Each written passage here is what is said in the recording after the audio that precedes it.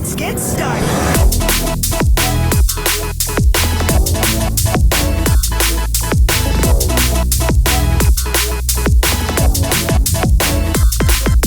Hello, everyone, and welcome back to FusionLore, the podcast where we dive deep into the lore of FusionFall, exploring every mission 30 minutes at a time to piece together the story and uncover what's really going on. I'm Magic, also known as the Magical Dealer, and as always, I'm joined by my co-host, Matt, also known as Aris. Say hi. Hey, it's good to be here. Is it good to be here? It is good to be here. I'm Don't glad to hear necessarily that. know about where we are in the game, but it's great to be here. In today's episode, we're going over the level 11 missions, which was a breeze compared to the level 10 missions. Let me tell you, it was such a short little walk, a brisk light scroll. It was a wonderful vacation.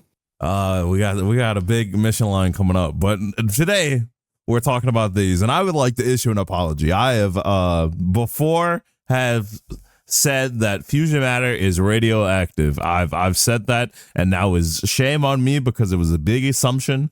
I just assumed it was radioactive, but we find out right here in this nano mission for Professor Utonium that fusion matter is not radioactive because fusion Utonium is trying to radiate fusion matter.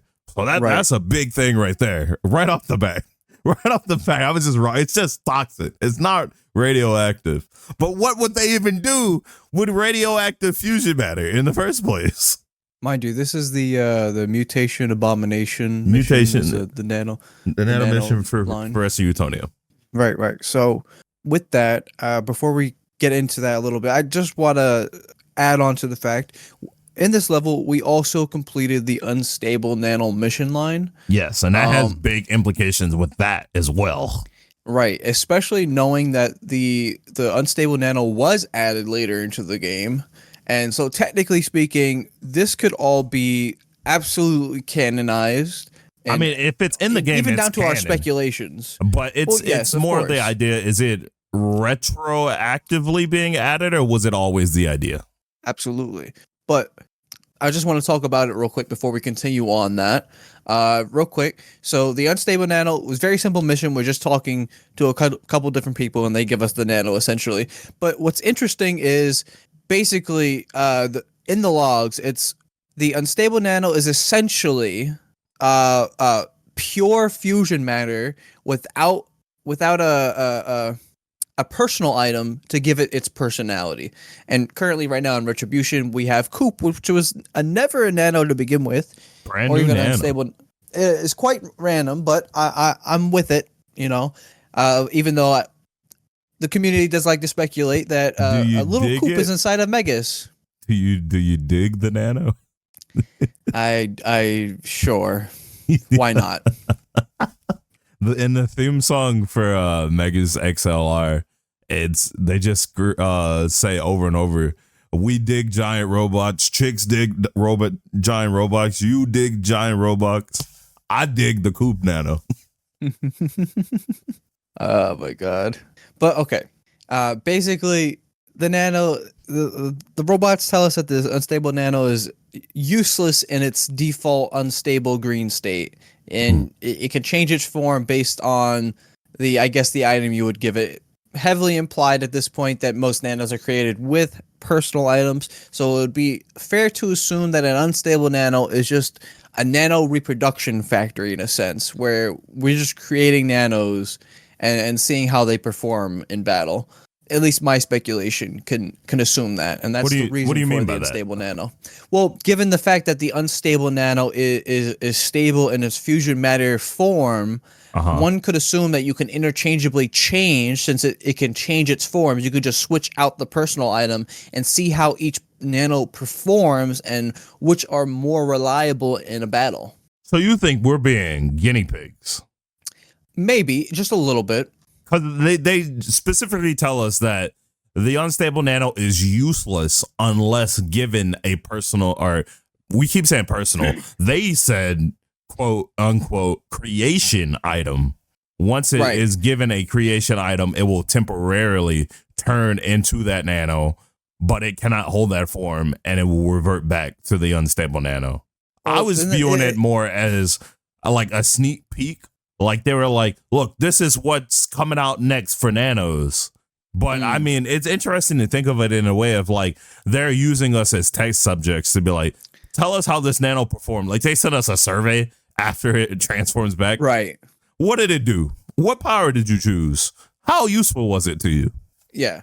So that in that regard, at least that makes sense to me. Like, why are we even using an unstable nano if it can't maintain its form? There has to be some rhyme or reason for us to go out of our way to use something that could be possibly detrimental to us in the long run. How is it detrimental to us? It could possibly be, like, for example, we were just saying, like, what if it in the lore implications, what if we are given a nano, like, I don't know, May Kanker, and she is absolutely dog shit. Hot dog I'm water. just saying, dog water, yeah. But anyway, to go back to the original nano mission for this level line, I was speculating, what if we created an unstable nano with irradiated fusion matter? And would it make it like supercharged in some way or form? Like we could assume that radioactive waste is usually the core, I guess, culprit to certain people getting powers within the Cartoon Network universe. So I could make an assumption that they can either be stronger or worse. I would think about it differently, right? I think if we made a nano with radioactive fusion matter, it would inherently just be harmful to us because we are told at least twice when we did the continuation of the double trouble fusion bubble, whatever it is, for the DexBot, where it was like, please be quick when you go inside the nuclear plant infected zone, or you will be susceptible to radiation poisoning. I feel like if we made a nano out of radioactive fusion matter, the nano would be radioactive and would be harming us by proxy. I like to think that he's experimenting with radioactive fusion matter to try to like make themselves radioactive. That way, not only are they like destroying us by their might and like strength, but just by coherently being around us, they are also like killing us with radiation. God damn. I mean, that can make sense, but also I understand where you're coming from with the double fusion trouble, but there's some wording in there.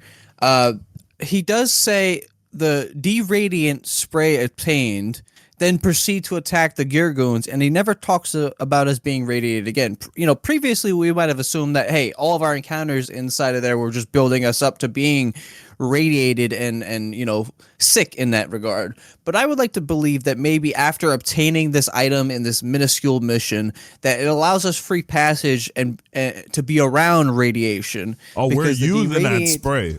Yeah, that like that deradiant spray is actually going to continue to help us perform missions within the infected zone, at least. That's like my the world's process. best sunscreen, right? Yeah, Every time we go inside the infected zone, we're like, hold on, Matt, turn around, let me get you back. Let me spray this on you, brother. We're gonna go into the nuclear plant. It's like it's written on the bottle, Dex's deradiant spray, now rated for 35,000 rads. SPF. Oh my god! I mean, yeah, I can jive with it. I can dig it. I that makes sense. It makes sense. No, but seriously, like it's a cool idea. It's just speculation. None of this is. We're probably never gonna even talk about the unstable nano ever again. Well, no. I want to talk about the unstable nano some more because it gave me some like questions that I felt like it kind of answered, but not 100% like soft confirmed, right? Okay, because right. So the unstable nano is, I believe, to be like just pure fusion matter. They did not mention anything else. Me and you and I, we know that a nano is made out of fusion matter, imagination energy, and a creation item. Yes. But when we go get the unstable nano, they tell us it is just fusion matter. They don't mention the other two components, right? Right. So I would like to believe that they're giving us a glimpse into how nanos are made, right? So the fusion matter takes shape somehow. I thought we used our imagination to make the fusion matter take shape, but the fusion matter takes shape and with the creation item turns into that character. Are we then using our imagination energy to like turn it into a force for good? Because at the same time, I wonder, is this also confirming, like we speculated before about it, is this also confirming how the spawns turn into character fusions? They get the creation item and then boom, fusion number 5, fusion number 2, and so on and so on. But lacking that imagination energy, they keep the hive mindness of Lord Fuse. Is the imagination energy cutting off Lord Fuse connection to the fusion matter that we turned into the nano? That's a great question. I think in the name it's Unstable Nano, and you did mention there are 3 portions to making a nano. You need the imagination energy, the fusion matter, and the personal item or the creation item, as it is now officially talked about as. So I would like to believe maybe somehow Dexter and Mandark got together and they're like, okay, how can we harness this imagination energy? Because let's be real, those two are way above Professor Utonium and in all general aspects and intelligence. Like, yes, Professor Utonium created the Powerpuff Girls through a lab accident, mind you, and you just messing with chemicals. He's a simple chemist at best. Mm-hmm. When it comes to Dexter and Mandark, they could probably assume what's going on and harness the power. And maybe through them working together, trying to harness the power, they found out that they can stabilize fusion matter into the form of a nano using imagination energy, and that's why it's an unstable nano. There's no way to tell. There's no way to tell right now. We don't have enough information. We only just got our first mention of imagination energy in the story, and it was from Professor Utonium. Was it nuclear bore? I think it was in nuclear. Let me double check. I think it was nuclear bore because Fusion Utonium steals Scribbles, which Matt has a lot to say about the Scribbles. He steals Scribbles from Foster's, and he was trying to radiate them too. Everything Professor Utonium or Fusion Utonium does has been to radiate it. He's like, maybe if I put some radiation on it, that'll fuck it up in a good way. Radiate it. But so it's in nuclear bore M1 where we could talk about the Scribbles and also the imagination energy. Whenever we finish the mission, he's like, why would Fuse want the Scribbles? What is he trying to do with imaginary friends? Is there some type of imaginary energy? And that's our first mention of it in the game, which it was crazy to me when it happened because I thought we were told about it already. But I guess I'm just like remembering stuff from just like making videos on this game for so long. Oh, you know something? Okay. About the imagination energy, I do think you have some. You said before that it cuts off the hive, the fuses linked to it, and it was talked about as being a hive mind in a sense. Mm-hmm. So okay, I think it's an imbalance. So when you have more fusion matter and less imagination energy, you have a fusion that is created with the creation item. Mm-hmm. And then when you balance it between fusion matter and the imagination energy with the creation item, then you have a nano. So you think character fusions are made with imaginary energy as well? I think that's how they get their personality. I think the imagination energy is stored within the creation item. So maybe some of it, just a little bit, a signature amount, just enough. That can't be because we've been told numerous times before that a key ingredient to the nano is us, the player, that our imagination is what's making the nano strong. See, this speculation goes in a bunch of weird ways because the mission lines we have, they do kind of like, okay, then if we're the key part to making nanos, so then what is then disregard any speculation I had about the how the oh my god, the unstable nano is created and how it is maintained by stabilizing fusion matter with imagination energy. Mm-hmm. Because honestly, if that is set in stone and we don't learn anything else, then that is completely unplausible to assume. I think we definitely will learn more about it because this is our first dip into the pool that is nano creation. We just got the mention of imaginary energy. We have not talked about it, but we have been to Foster's, and Mandark has a construction site next to Foster's home to research imaginary friends. I think they're going to tell us more about it. We're just so early in the game that we don't know anything about it. But speaking more on that, to cap off the Professor Utonium nano mission, and then I won't talk about it anymore because we're wasting too much time on it. And we have other missions to talk about. He says that he said something about his calculator was stolen, right? Right. Is this the same calculator that we went and got when we were doing those missions for Ranger Joey? Because if it is, does that imply that Fuse has been breaking into the Nano Enhancement Research Center or wherever that is and stealing the creation items that we have been collecting to make more fusions?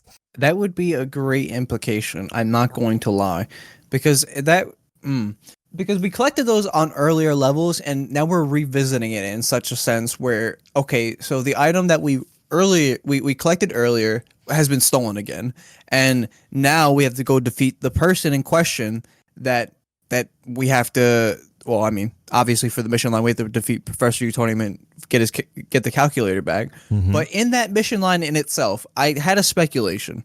In Double Fusion Trouble, we were dealing with them. So does that mean that the creation item used for fusions and nanos, mm-hmm. At least in regard to fusions, they hold their own memories? Like because Fuse is essentially a hive mind. Mm-hmm. Whenever the item is stolen from a fusion that created the I guess whatever shenanigans they were going through, yes, that we used to create the nano, and then it gets stolen again. Which I don't know how that works. We create the nano with the creation item. Does the creation item go back to the hero, or I think what? It gets absorbed into the nano's essence. Well, that gives into question how exactly it got stolen again. But my idea is that he's always coming back with his shenanigans, and being Professor Utonium, right? Mm-hmm. Which makes sense why he's dealing with radiation is Professor Utonium anyway. Do the memories of them being a fusion as Professor Utonium and whatever mission or shenanigans they were up to, if they are recreated again, like say that we steal the creation item and somehow they get the same creation item, and then they get recreated as a fusion again to resume his shenanigans, does that fusion retain its memory from prior defeation? It would have to. Does that make sense? It would have to. That's what I'm assuming. They all are fused. It is just that some of them have the traits of the character they turned into. That is why Professor Fusion Utonium, which I think in the game is actually called Professor Fusion Plutonium, if memory is correct. Regardless, that's why he is doing experiments on how to further things. He's using his inherent Utoniumness to try to help Fuse. But I think once we kill them, right, we've already known from the Larry mission that we did that as soon as we kill those mobs, they're like right back. They're right out of the fusion spawner or terrafuser. They leak out. But I think once we kill them, we're only like delaying whatever their plan was, because now they're a spawn again and they have to go find a creation item again to become that fusion. Right. Okay. So in that regard, I wanted to assume basically, does the personal item, based on the creation process of the nano in general, how we speculated that they share personality traits, they share memories to an extent, they understand like things about the character before they were turned into a fusion to an extent. They share the same personalities and some memories to some extent. So what I was assuming is the personal item in itself the store of these memories, and that's why they need to steal the same item back in order to get the progress of that fusion. Like, what if all the memories. Like, sure, it's a hive mind, but all they can assume is, okay, I need this item in order to resume my work. But they don't know what the work is until they get the item and become the fusion again. No. I think you're thinking about it wrong. I think the memory are in Fuse. All the memories of everything the fusions have experienced are on the planet, and they're like sent out like satellite rays to the fusions. But they need the personal item to be able to do the work, right?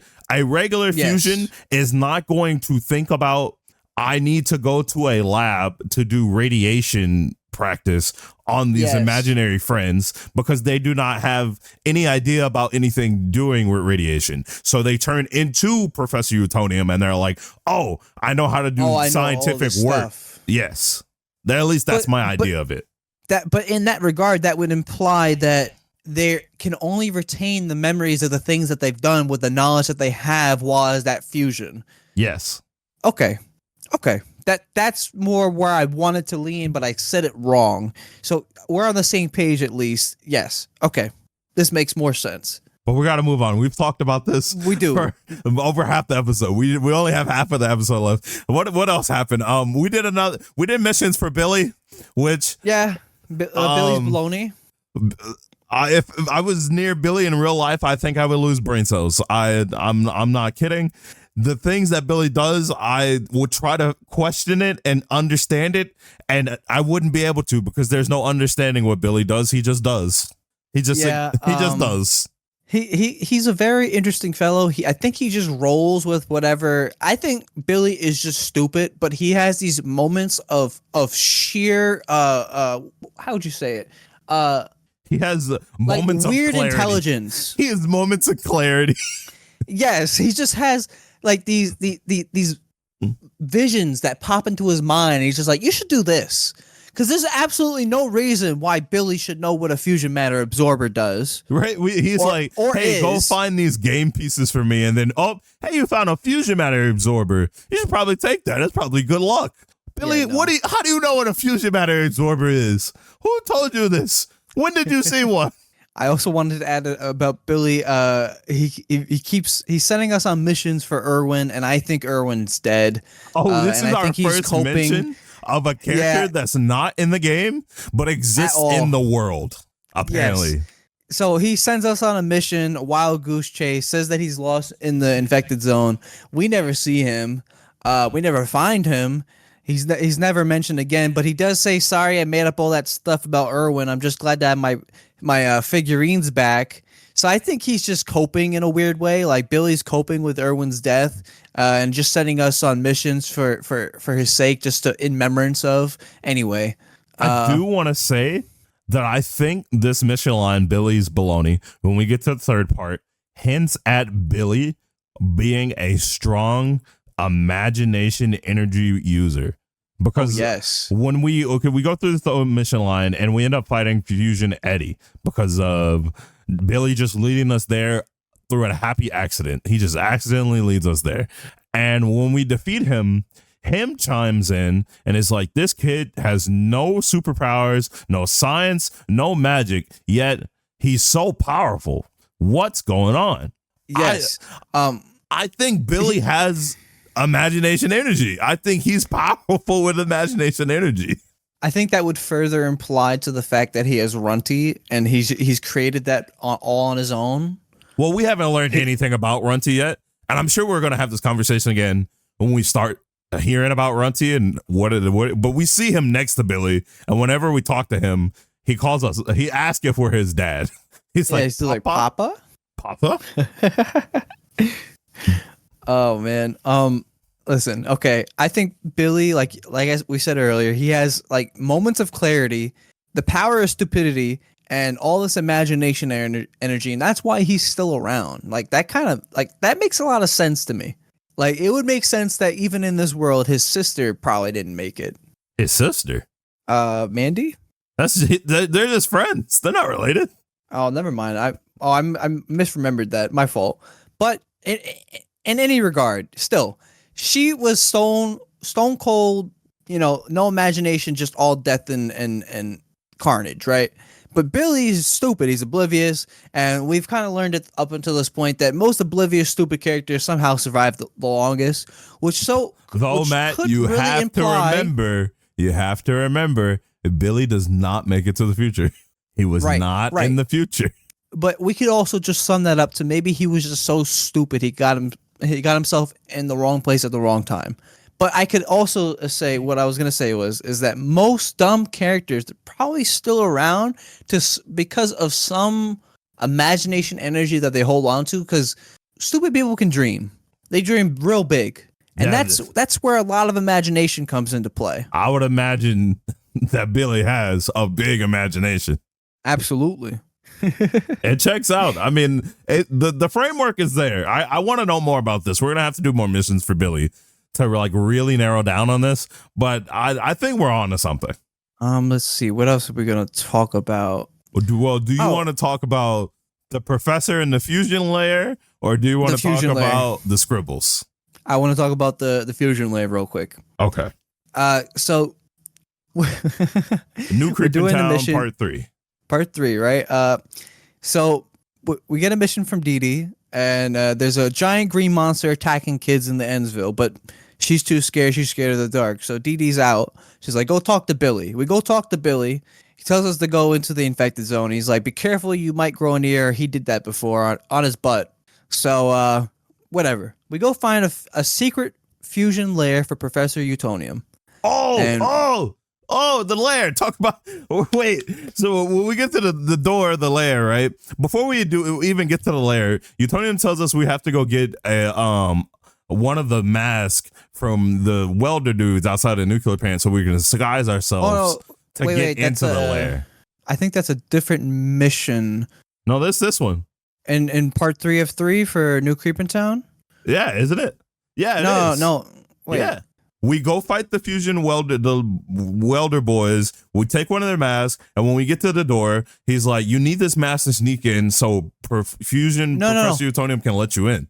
No. This is a different one. Oh wait, no. New Creeping Town is we go fight Fuzzy in the infected zone, and we meet Professor Utonium. No, you're right. I'm thinking of Nuclear Boar. Nuclear Boar. Yes. Okay. So. First of all, we get in there. He tracked fusion lumpkins all the way to the location, so implying that he was able to get through all the fusions, fighting them just left and right. But he's like, "Damn, that fuzzy green motherfucker! I cannot fight him. I need some help." Mind you, this is the second most heavily guarded fusion lair we've been in. The first being for Fusion Frankie, which we didn't get a chance to talk about, and the was it level 10? That we did the Frankie mission? Was it just last episode? I think it might have been. Either way, we go into here. There's 2 different types of fusions. There's giant fusions, and he somehow managed to fight his way through all of them, all the way to Fuzzy. Well, we get there, and he's like, I cannot fight Fuzzy. He's going on a rampage. I need some help, basically. I don't know what to do. Can you help me? So we're like, okay, we can help you out. And then he immediately squares up. I've never seen an NPC square up the way he has. He's ready. like ready to throw down, even though he's just a professor. You know, he's a professor, not a fighter. But he was ready to throw down with us regardless to fulfill his mission. He wants to stop him from terrorizing the neighborhood. Matt, he said, now that my backup is here, let's go run the one. Oh my gosh. And then we kill Fuzzy. Yes, we kill Fuzzy. And that's probably not the last time we'll see him. But, you know, every fusion seems to be on a respawn timer. We're constantly being reminded that even though we are killing these fusions, they will be back. They are never gone. Yes. They're just out of the picture for now. They will always be back. But I do want to talk about the thing from Nuclear Boar, because that is so interesting, because he had us go steal the masks from the welder guys to sneak into the fusion layer, because he was like, Fusion Professor Utonium will not let you in there unless he thinks you're one of his monsters. So how have we been getting into every other fusion layer if we have to be let in? That goes back to the memory thing. I think as a fusion professor, he's a smart. He's a strategist in a sense. So maybe whenever he comes back and he respawns, he has some retained memories of, oh, there are people coming in here to try to beat me up. I need to start locking down on security, even locking the lair. So that's why we needed the weird welder masks to trick him into letting us in, because maybe even as fusions they have a hard time telling humans apart. Anyway, does that mean fusion layers have doorbells? Do we walk up to the fusion layer and was like, boss, we're back. We're back, boss. Let me in. We're here to work. And it was like, oh, I got that irradiated fusion matter you were looking for. I gotta let him in. That's my boys. I gotta let him in. Well, even if that's the case, Matt, I guarantee you this is never going to come up again. We're going to go to the very next fusion layer and we're just going to walk in there. And they're not going to say anything about us having to sneak in. Why is this one the only one, when they all have a hive mind, the one that we had to be let into? I don't know. I think I'm going to sum it up to the fact that he was doing such important work that at least to Fuse was so important that he was telling him like, yo, you need to defend yourself. You need to make sure that the work you are doing does not get disturbed. Otherwise, we will fail. Mm-hmm. Anyway, regardless, that is fascinating. Like that the one fusion layer we go to, it's locked. Boss, you locked the door on me, boss. Let me in, boss. I don't remember my fusion sounding like that. Must be sick. No. Let him in. Oh man, he might have gotten irradiated. Let him in here. Do some tests on him. The funny thing about that is to think about, like, we get let in and immediately start killing fusions. Oh shit, it's that kid. Fuck, I shouldn't have opened the door. God damn it, why did I fall for this? This always happens. He's not even green. He's got a little fusion thing right next to him. Speaking of green, Billy gets added to the list of people who can tell the difference between a fusion monster and a regular person, because Billy was like, yeah, I saw a green guy go in there. Billy knows what a fusion is. He's not falling for a trick of a fusion told me to do shit. On my mama. Every other character who gets tricked by a fusion is just so down in the dumps right now, because how are you getting outshined by Billy? Billy! He made us go on a mission to get pre-chewed gum. You got outshined by that dumbass. That's the timer. Well, any finishing thoughts? That gum, by the way, first of all, that helped us to fusion Eddie.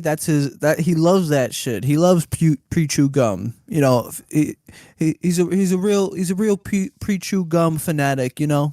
Oh my God, he's so stupid. Anyway, so my brain, it hurts. Any other things? Okay, I will let you choose one last thing to talk about, but you can only choose one out of these options. You could talk about the Scribbles. You could talk about May Kanker, or you could talk about Toilinator. Okay. I'm going to talk about the Scribbles because it was bothering me. So in Nuclear Part 1 of 2, so number 5 believes a box to be a doomsday device. We recover it from the ventilators, and she thinks it's weird. And we look inside the box, and it turns out it's filled with Scribbles from Foster's home. Mind you, the lore implication of Scribbles is that Scribbles are babies' imaginary friends. No. They can imaginary really friends made by babies. Right. That's the same thing. It's the same thing. Blue has a human as his creator, but the implication is that it is imaginary friends created by babies, essentially, and that's why there's Scribbles. How did Fuse learn about Scribbles? There's also Scribble spawns, which would imply that they're unsentient to an extent, which bothers me, but doesn't bother me because it's like, okay, they're not sentient, it's fine, but they're created by babies. The implication is we need to protect the babies, man. Anyway. You say that, but like, imaginary friends do not grow. They stay the same from when they are created. So Scribbles will forever be Scribbles. They're not going to grow into like a Blue or Eduardo. They're going to forever be Scribbles, which I think allowed them to be able to be like taken over by the fusion spawns to be able to make that Scribble spawn. Yes, I do agree, but also you say that they don't grow or change, but at some point, like do their own memories not change? Like, are they able to remember? Do they have sentience? Anyway, I just think that it's insane that they're doing testing with irradiated fusion matter and the scribbles inside of the infected zone. It's too much for me. You know what? And I also want to know. We have these infected zones. They're walled up. There's barriers all around them, but constantly fusions are getting in and out of them. How? We have to use a warp teleportation pad to get in and out of infected zones. How are the fusions going back and forth through these infected zones? I think there are tunnels of fusion layer entrances. So like sometimes there's fusion layers, but maybe sometimes there's just tunnels where the fusions go in and they pop out on the other side, and that's like their black market trade. You know what? I didn't think about that. I never thought about it, because maybe that's what a fusion layer is. They look like they're underground. Maybe fusion layers are underground. They're just tunnels, essentially, little caves. So it's like, it makes sense to a degree. But I can get with that. I can, yeah, that makes sense. I'm fine with that explanation. All right. Anything else you wanted to add there? Avoid May Kanker. Stay away from her. I've never been more annoyed in my life. Thank you for bringing that up. I was itching to say it. She's the most terrifying NPC you could ever see in this game. She's so ugly. Yo, Retribution team. The next time you decide to like update a model in a game, give May Kanker a little redo. Get the little buffer brush out. She needs it. She needs it so bad. Make her the best looking one. That will balance them out.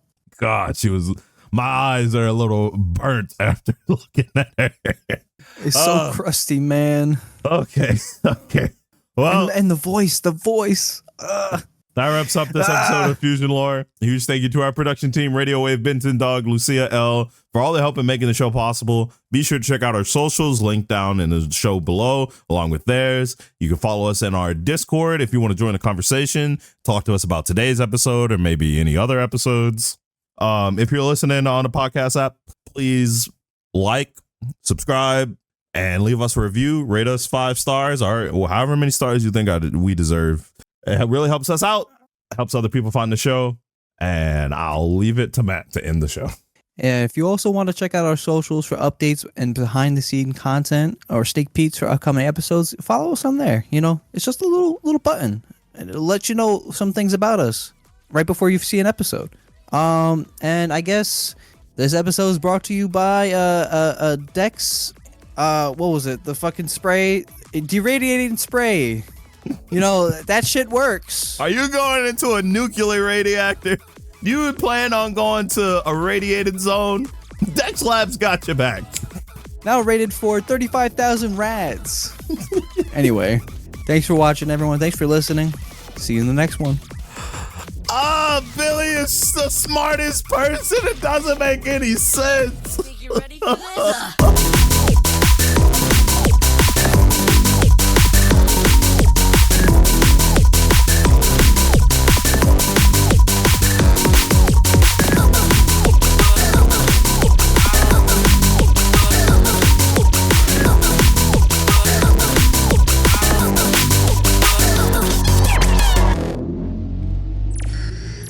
My work is done.